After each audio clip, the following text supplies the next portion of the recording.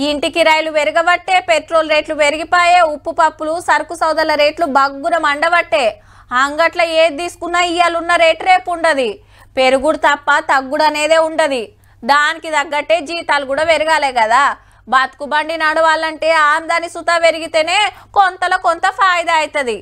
అట్లనే రైతులు పండించే పంటలకు కూడా రేటు పెరగాలే కదా. రైతన్నలకు రెండు గుడ్ న్యూస్ లబ్బా.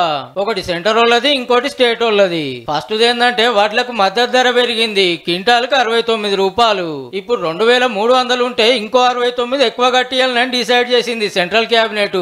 పత్తిగిన క్వింటాల్కి 589 రూపాయలు పెరిగింది.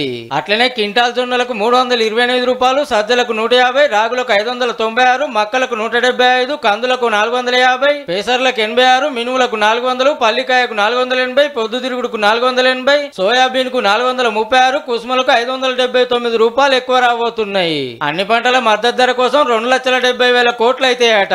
ఇక కిసాన్ క్రెడిట్ కార్డుల మీద పెట్టుబడి పైకం తీసుకున్న వాళ్ళకు మిత్తి సబ్సిడీ కింద 15,642 కోట్లు ఇస్తారట బ్యాంకులకు. మన సర్కారు వాళ్ళ సాయం ఏంటంటే ఆనలతో నాగమైన పంటలకు నష్టపరిహారం. 29 జిల్లాల 51,528 ఎకరాలు తెరలైనట్టు తేలితే 51 కోట్లు సాంక్షన్ అయినాయి. అంటే ఎకరానికి 10,000. 41,000 మంది రైతుల అకౌంట్లో పడతాయట. సిద్దిపేట జిల్లాలో ఎక్కువ లాస్ అయినందుకు 4,913 మందికి 6,14,00,000, వరంగల్ తక్కువ లాస్ అయినందుకు 24 మందికి 4 లక్షలు ఇస్తాండ్రు. అయితే ఇవి మార్చి ఏప్రిల్ షెడ్ పనులతో జరిగిన నష్టానికి సంబంధించిన సాయమే. ఇప్పుడెంత లాస్ అయిందో లెక్కలు తెమ్మని ఆఫీసర్లను తోలిండ్రు. ఆ రిపోర్ట్ రాగానే ఇళ్ళగ్గిన పైసలు వస్తాయి అన్నట్టు. ఆత్రమాత్రం చేయకుండా పంట నష్టమైన ప్రతి ఒక్కలకు సాయం అందతట్టు చూడు జరా.